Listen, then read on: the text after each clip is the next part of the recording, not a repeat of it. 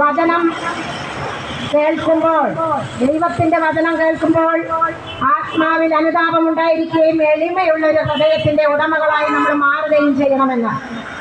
അപ്രകാരം എളിമയുള്ള ഒരു ഹൃദയത്തിന്റെ ഉടമകളായി നമ്മൾ മാറുമ്പോൾ ദൈവം നമ്മളെ കടാക്ഷിക്കുമെന്ന് തിരുവചനം പഠിപ്പിക്കുകയാണ് പ്രിയപ്പെട്ടവരെ.